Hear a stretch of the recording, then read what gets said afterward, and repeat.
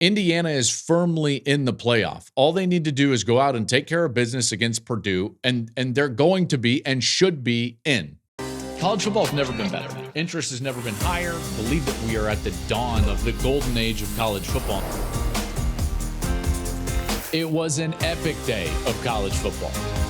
It was one of those days where you fall in love with the sport all over again.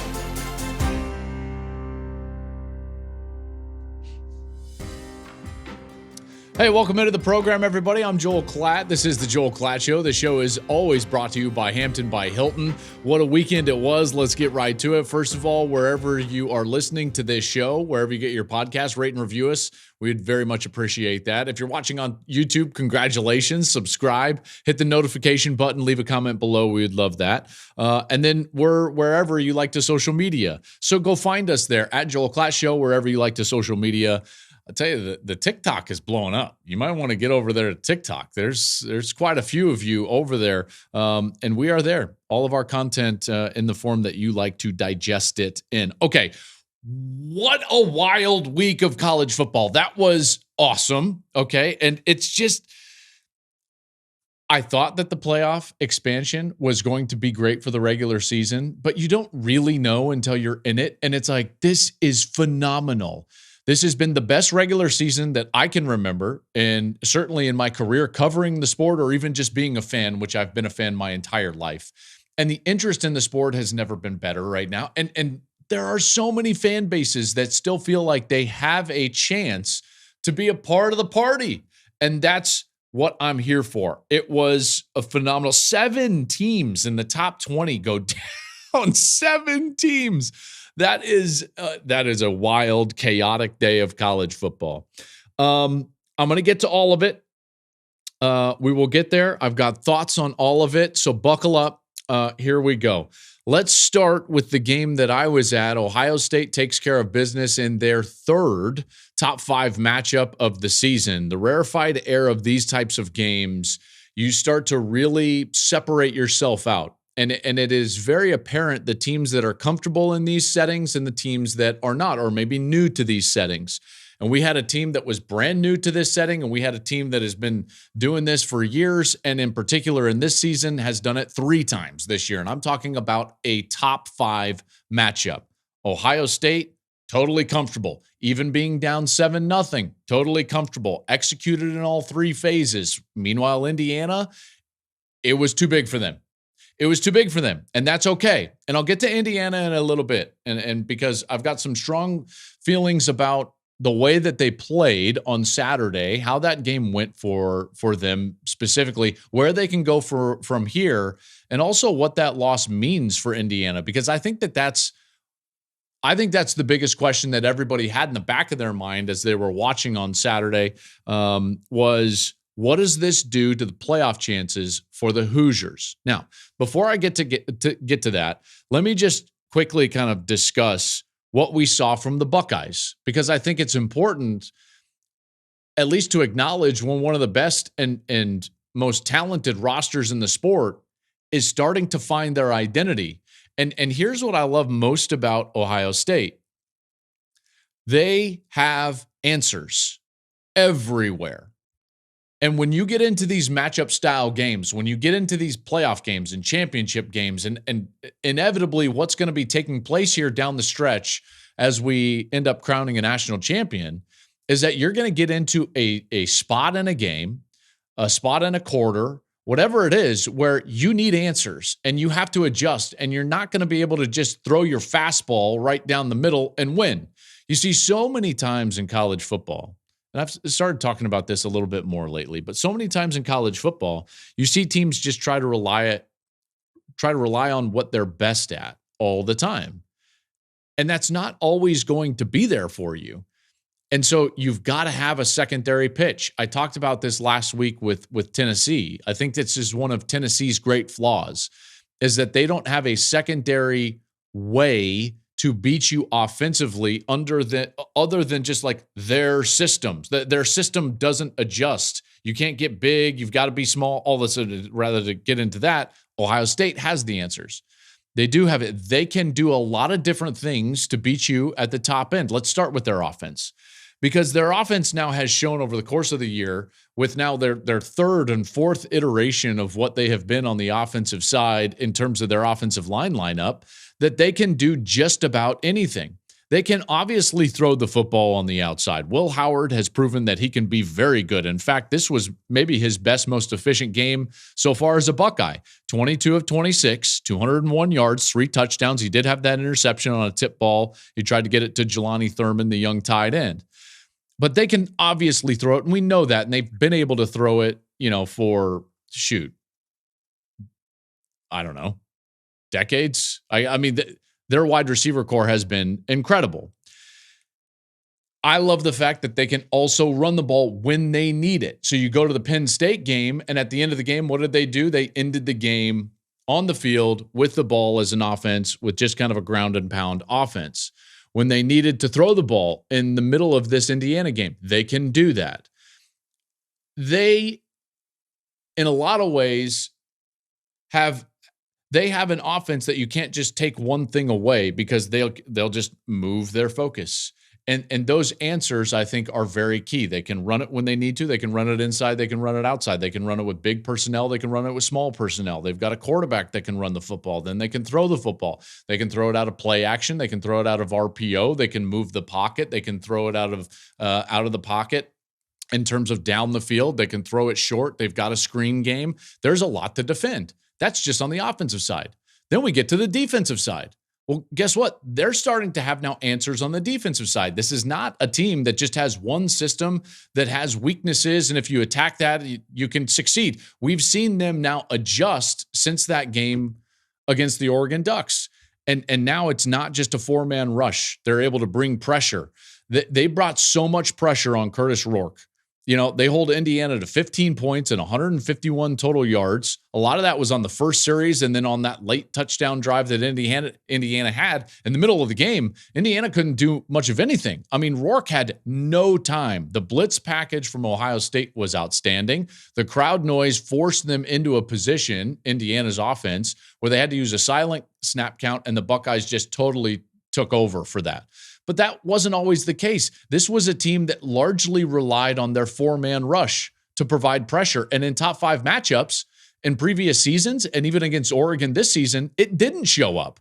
They did not affect the passer, and they did not get sacks. And now you go to the Penn State game this year, and you go to this game against Indiana, and it's totally changed. They've got answers now on defense. They can play man, they can play zone, they can blitz, they can rush 4. So to me, it's just like the width of what they can do now is pretty impressive. And now you can win on special teams as well. Obviously, the dropped punt snap from Evans from Indiana, that was a huge play. And then Caleb Downs returns a punt for a touchdown. So this is a team that can beat you a lot of different ways. That was a killer for Indiana. That special teams gaff on the punt right before half. It's a 7-7 game at that point. And you think to yourself, if you're Indiana, boy, we've played pretty dang well here. It's 7-7. Indiana's punting. There's under 2 minutes to go. And Evans just drops the ball. Now, it was drizzling a little bit right there. You can see it on the camera lens if you're watching on YouTube. And yeah, the ball is a little bit wet, but you just have to get the punt away. It's not like they blocked it. Then the punt team comes back on in the second half. They punt the ball after the first 3 and out, and Caleb Downs takes a bounce, and he spins away, and he's gone. And it's like the punt team for Indiana was directly responsible for a 14-point deficit because of where that drop snap happened. Man, that was just an absolute killer, but goes to show you, here's the Buckeyes, and what are they? They're good on special teams. So answers for the Buckeyes. Now let's get to the Indiana Hoosiers, because I think this is where most people are going to be talking about. Is like everyone's going to want to talk about what this means for Indiana moving forward for the playoff. All right. So I'm going to give you my final thought first, and then I'm going to run through everything. Indiana is firmly in the college football playoff. There's not a doubt in my mind, and there's likely not a doubt in the committee's mind. And, you might have had a doubt at the time the game ended on Saturday, but by the time the day ended of college football, everything had broke the Hoosiers' way that needed to break the Hoosiers' way. And so as we sit here now, you're listening to this on a Monday, maybe even Tuesday, Indiana is firmly in the playoff. All they need to do is go out and take care of business against Purdue, and they're going to be and should be in. Okay, so let's start with that. Now let's get to everything else. The game, the matchup was too big for Indiana now and this time. But here's the thing. Top 5 matchups are always too big for teams the first time that they're in them. This has happened all year. The first time that even Georgia, which lives in this type of atmosphere, and they expect this type of atmosphere, what happened the first time that they had to go on the road and play a top 5 matchup? This was against Alabama earlier in the year, and they were totally overwhelmed in the first half, completely. Now, they came back, and it was a great game, but what happened? They lost. Ohio State lives in this era. This is all they think about. They go on the road to a top 5 matchup, and they face Oregon. They lose. Now, was it a great game? Yeah, absolutely. It was a great game. Those are 2 premier programs that live in this air all the time. This is what they do. Everything about their programs, 365 days a year, is about these matchups. You can't say that for Indiana. This is a program that's trying to level up. They didn't know exactly how good they were to start the year. They start the year 10-0. There's this belief they're trying to get it going under Curt Cignetti and all these new transfers, 27 of them, 13, 14 of them actually starters, all these guys from JMU that came with Curt Cignetti. And now all of a sudden they get their first opportunity. They don't live in this air all the time. They don't think about this 365 days a year. This is something that is like thrust upon them because of their dominance in the 10 previous games. And guess what? They didn't handle it well. And that's to be expected. That's to be expected. If we're going to say that like, hey, these environments can be too big at times for even Georgia or Ohio State, which they were in their first times on the road in a top 5 matchup, then obviously that's going to be the case for Indiana. And it was the case. I thought there were times in that game that it was too big for the players, and there were times it was too big for the coaches. I think Curt Cignetti would even admit that. They made mistakes that you cannot make. Number 1, special teams mistakes. I already touched on them. The punt team killed Indiana. 14 points. You're not going to win the football game. And by the way, if all you do is just punt the ball away and don't give up a return, then the touchdown in the fourth quarter would have presented a 3-point game at that point. So, yeah, was Ohio State's defense dominant? There's no doubt. But guess what? Indiana's defense held Ohio State to a season-low 316 total yards. So it's like, did Ohio State have to go pedal to the metal? No, because of the special teams gaffes for the Hoosiers. But I'm just saying, like, it's not like Indiana played awful. It's like, for instance, it was very similar to the way that Georgia lost to Ole Miss. I thought Indiana played better in their matchup against Ohio State than than Alabama did with their matchup with Oklahoma. You get my gist. It's the special teams killed them. Then they didn't adjust to the pressure package that Ohio State was having, and they didn't get to their one-on-ones on the outside, and they didn't get to their quick throws. Now, maybe you just didn't have time to get to those, but again, that takes time, and getting comfortable in these types of environments and settings is important. And I think it's important not only for the players, but for the coaches. And I know for a fact they will be better next time that they get a chance to do this. This was not some sort of evidence that Indiana wasn't as good as we thought that they were coming into this game. This was evidence that Ohio State is really good, betting favorite to win the national championship, and that Indiana made some drastic mistakes, giant mistakes that cost them the game. That's what this was. That's what this game was. Top 5 teams are 23-3 at home this season. Indiana will be better for this. There's no doubt. And they will be in the playoff, and they should be. And so that's where the conversation goes next. Okay. So you go away from even just the game and you start in on this conversation and this narrative. First and foremost, folks, This is not a debate between Indiana and the SEC. This is not a debate between Indiana and Georgia. This is what some on some networks might try to make it, but that's not what this is. You've got to follow the actual data. And here's what it will tell you.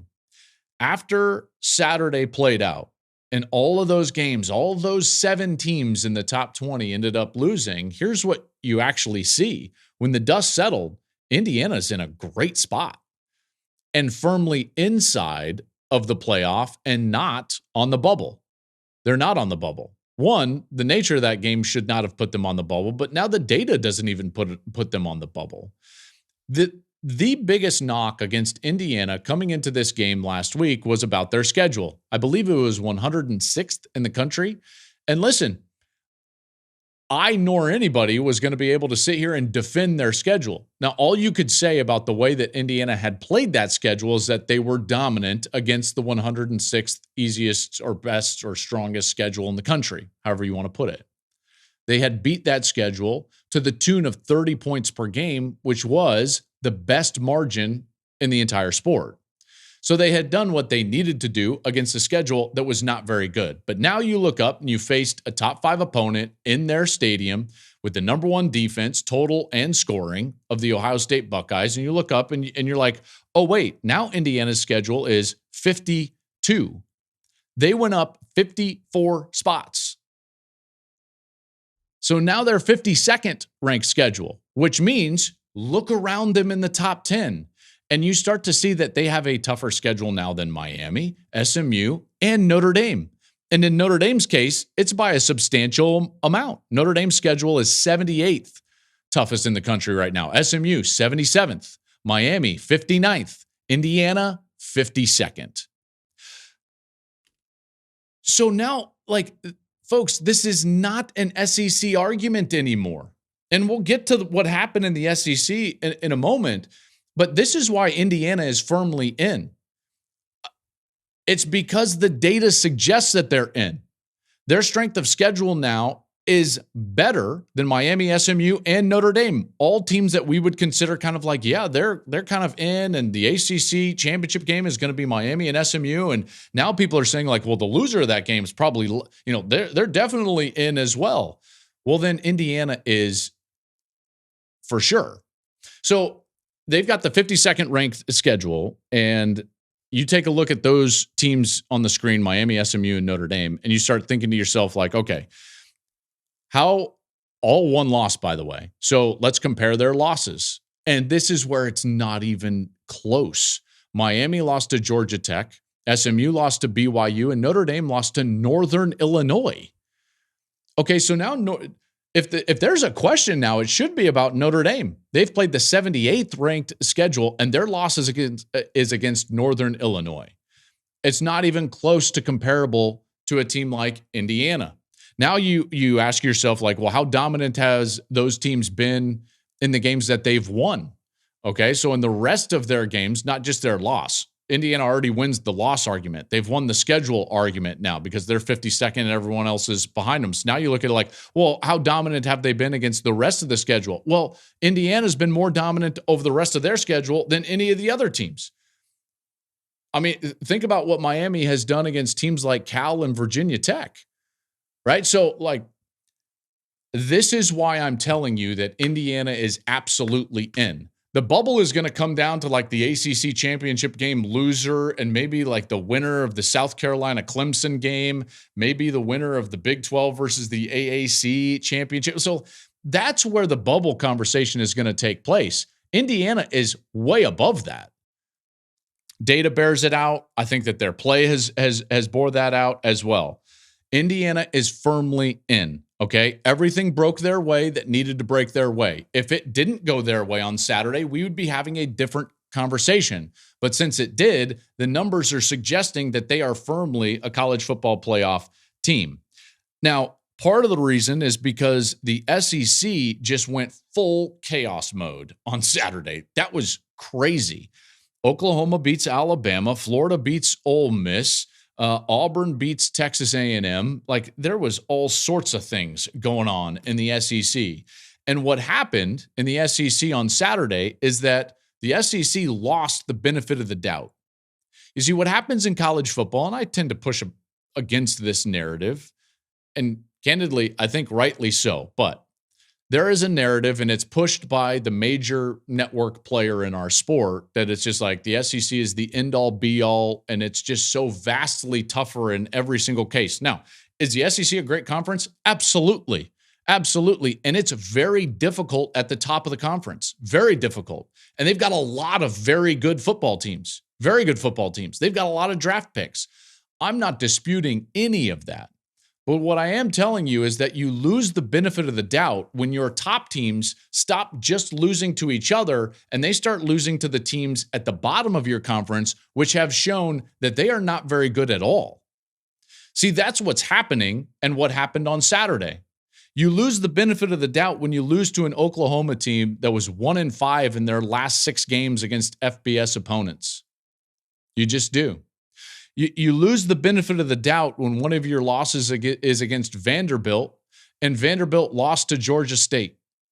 You lose the benefit of the doubt when you lose to 7-loss Kentucky. You lose the benefit of the doubt when you lose to a 5-loss Florida, who lost at home to Miami. So you can no longer say that, well, it's tough to win on the road in the SEC. No. It's just tough to win on the road in college football.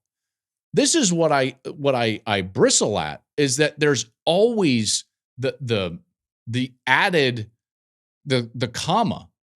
It's tough to win on the road, comma, in the SEC. Stop it. It's tough to win on the road, period. Period. Ask Oregon at Wisconsin. Ask Penn State at Minnesota. All of these places are tough. Ask Penn State at USC.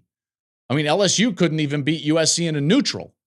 So you get where I'm trying to go here.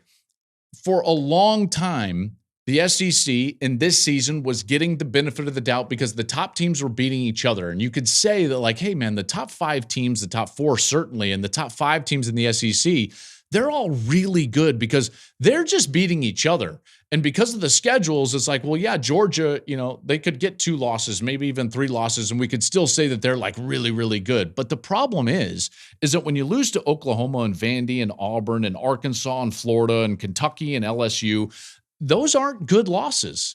And so you lose the benefit of the doubt. That's what happened to the SEC. Great day for Tennessee, by the way.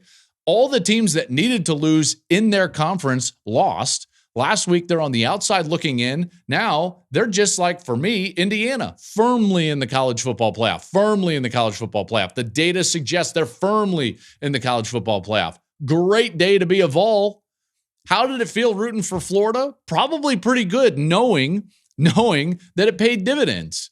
Watching Florida dunk literally on that hoop for the Ole Miss Rebs, like that was pretty great if you're a Tennessee fan. So the SEC starts to eat itself. I would have given you the benefit of the doubt if you lose to yourself at the top, but that's not what's happening.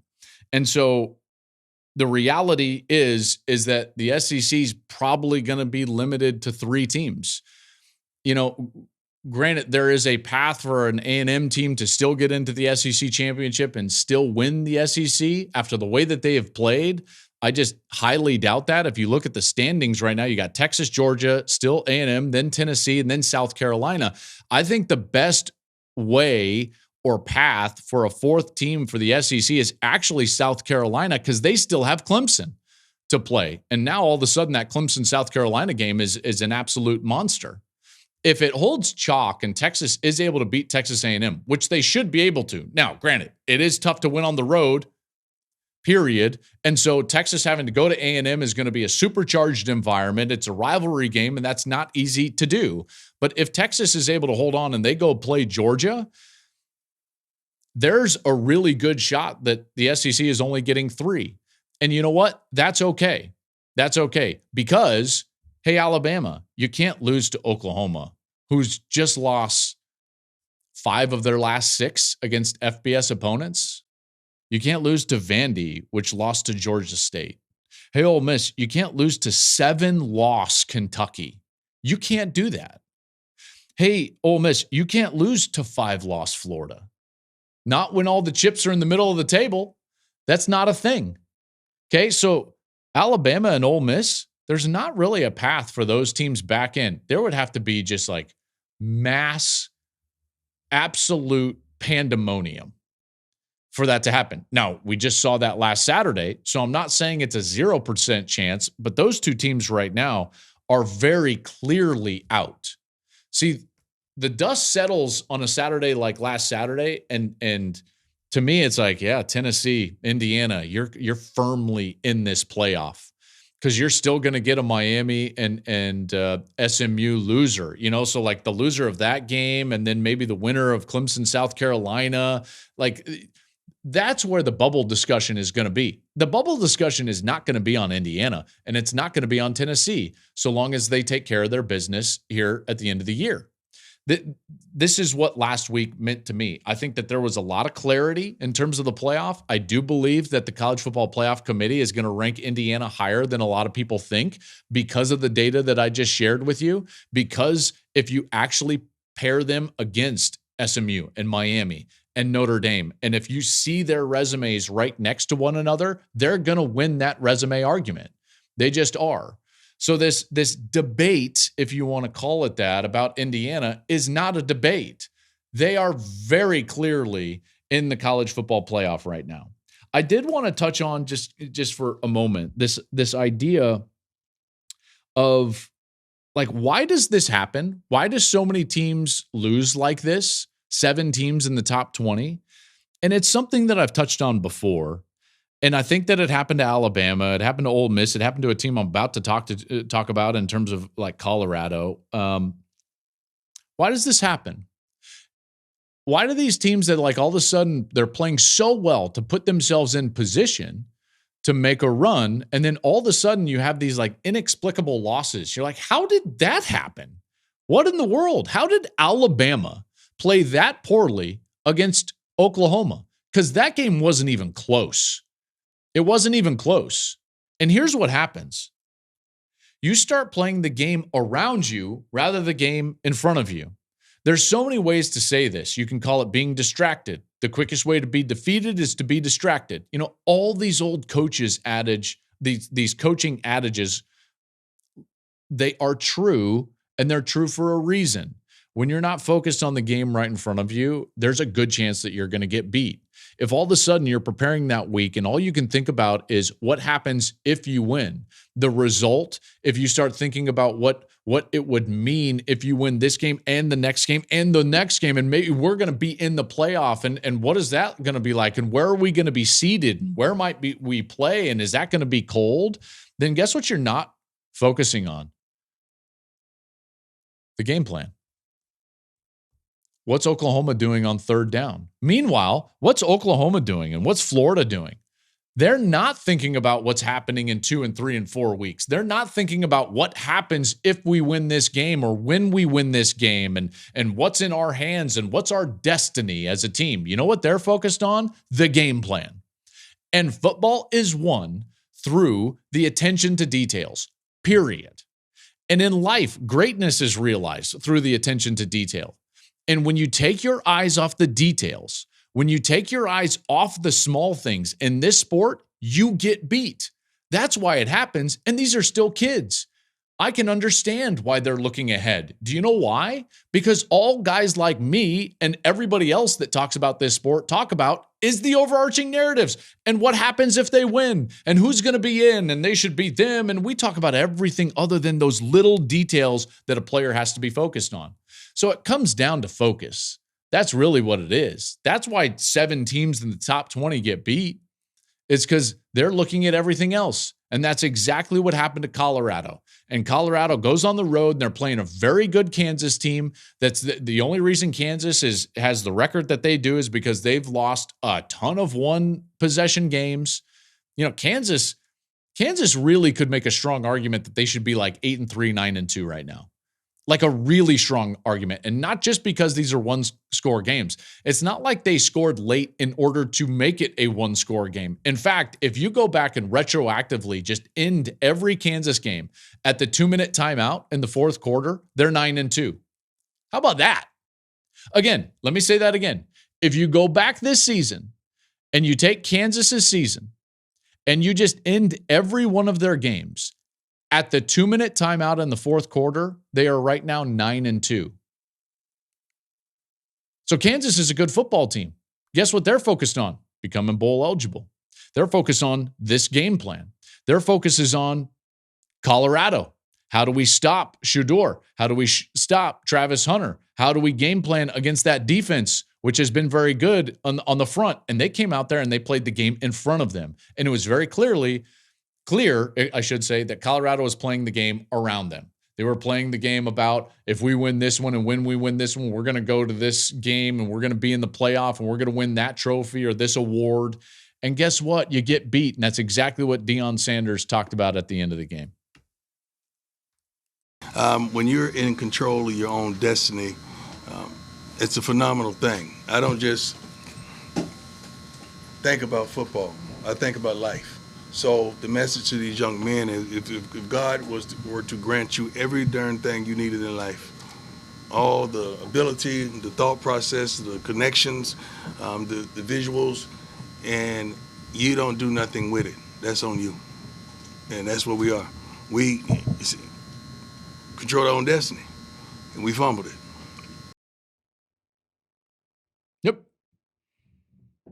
Yep. And it comes down to a lack of focus. You see, this Colorado team, they reminded me more of last year's Colorado team than at any point, really, maybe since like the first game against North Dakota State.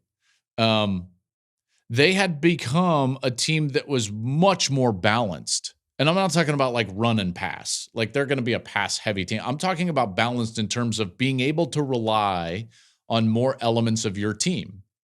You see, Colorado's defense had been very good here, middle of the season, late in the season. They've been able to stop the run, create pressure on the opposing quarterback, and they did none of that against Kansas. Devin Neal ran all over them. Devin Neal was outstanding. This is a veteran Kansas team, and they're a good team. And there's a reason that a lot of us thought that Kansas could challenge for and potentially win the Big 12 championship game. You know, and again, if some of those one-possession games go their way, then this is a totally different deal. He had 207 rush yards, 80 yards as a receiver, 4 total touchdowns. Colorado never stopped Kansas, not one time. This was last year's version of Colorado's defense. The front got run through. They missed tackles. They were terrible in the back end. Like the tackling was the worst the entire season, and it was very clear that that defense played as if they thought they were much better than what they were. They were not disciplined in the front. They jumped gaps at time, and that's not, I don't think, what they had been doing over the last few weeks. In fact, I know it wasn't because I prepared for that game against Utah. Utah came in and tried to run the football on them last week and couldn't run at them at all. They were so sound in terms of gap responsibility and being physical up front against the Utes. All of that left against Kansas. Kansas hammered them. And congratulations to Kansas. There's a reason why we've all loved Lance Leipold over the last couple of years. And when they don't turn the football over, they win. They win. And they beat Colorado thoroughly.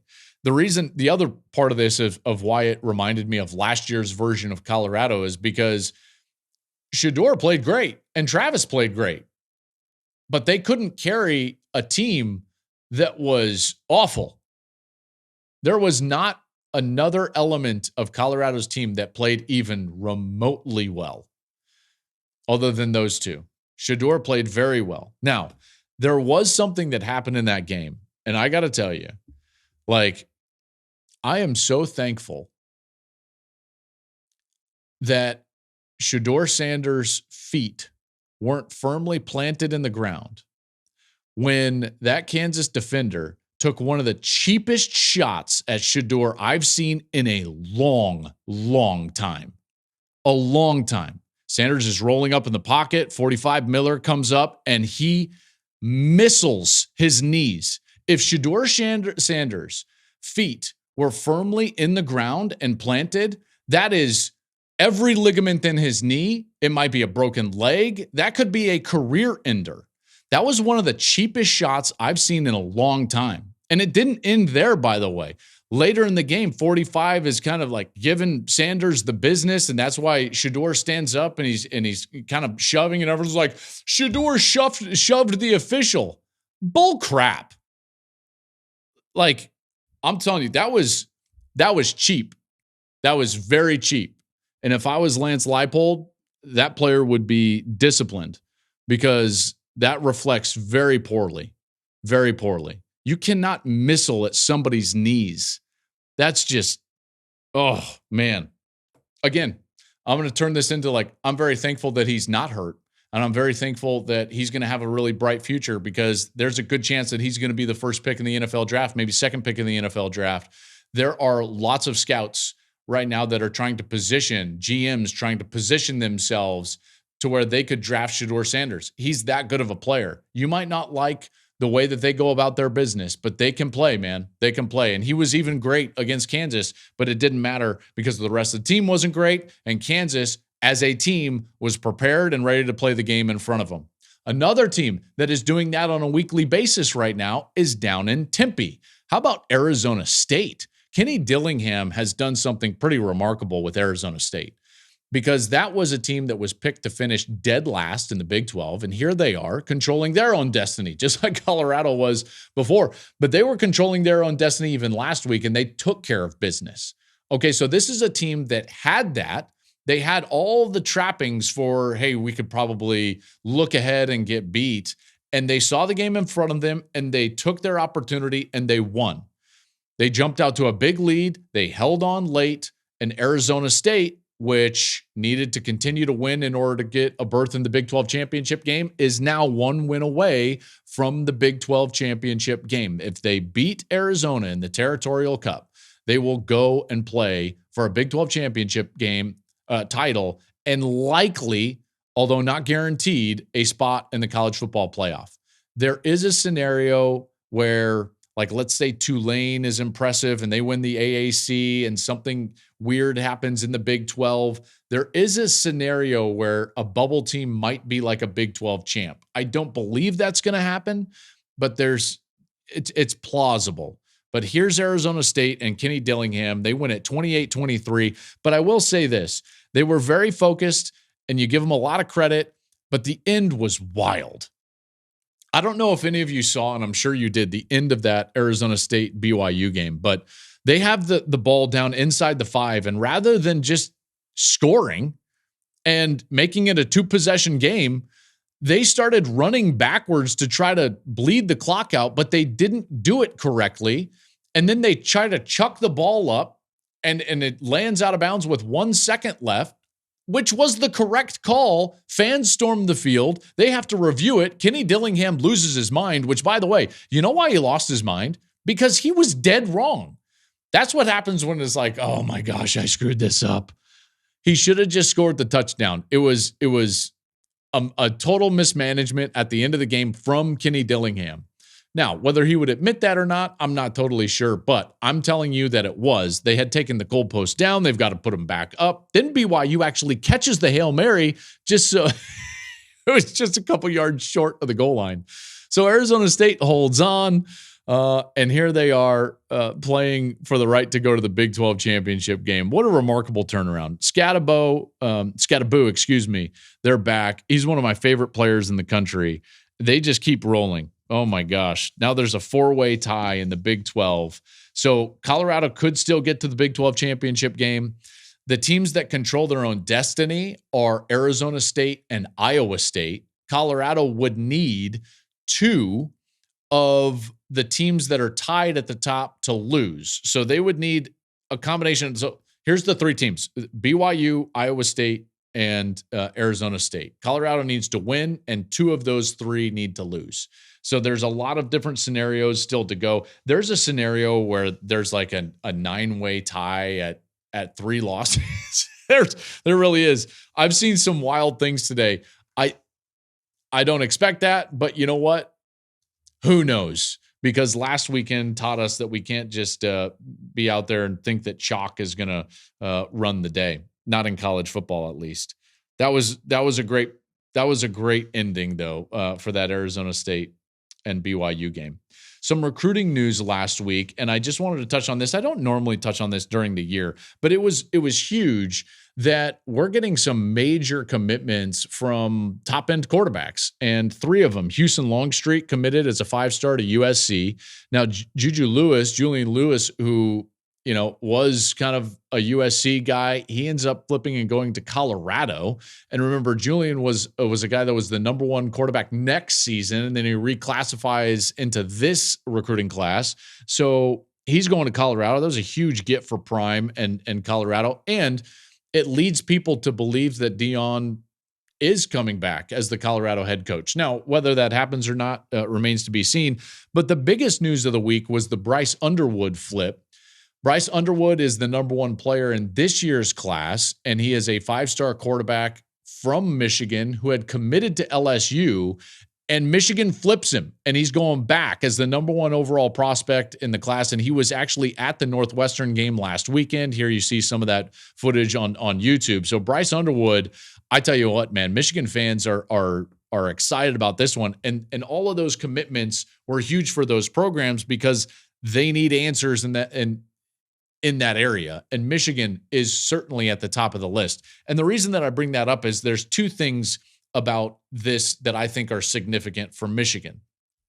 Number 1 is it signifies a little bit of a shift in their overall philosophy in high school recruiting.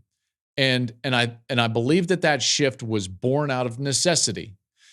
This was a team that was very prideful in the fact that their NIL was there to take care of the players that earned it in-house. And they did well. They did very well. Last year's national championship team, those guys made a good amount of money.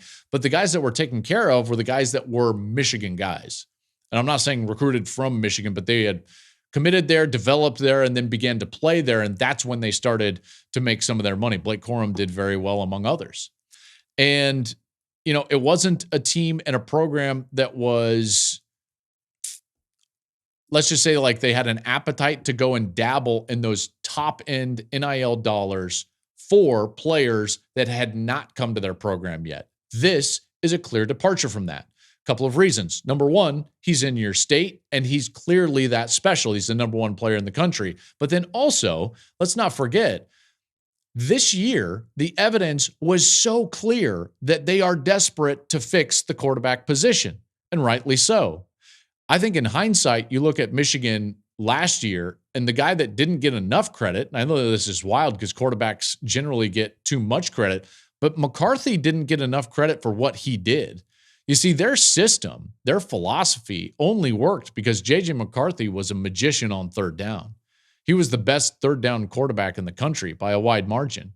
In fact, if you looked at some of his conversion numbers and efficiency numbers on 3rd and long, it's wildly successful for those downs and distances. And they didn't have that this year. So they couldn't convert. They couldn't stay on the field. They lose their time of possession battle. They've got to expose their defense to more snaps. And then everything starts to unravel.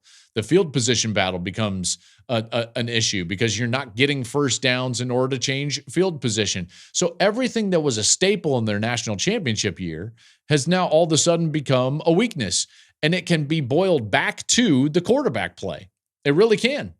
It really can. So Sharon Moore knows that he's got to fix that position, and he uses that and the knowledge of that and the evidence of that this season to shift and evolve what he's going to do in high school recruiting. And then they went out and they got Bryce Underwood, and that was huge. Rumors were that it was a $10 million deal or north of that for 4 years at Michigan. I could certainly see that. And remember, all of these deals are going to get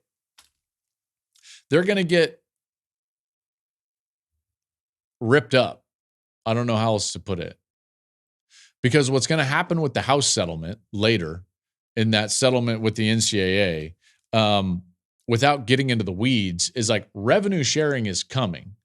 And in the settlement, there's going to be some structures put around actual NIL and collectives that are going to be much more restrictive.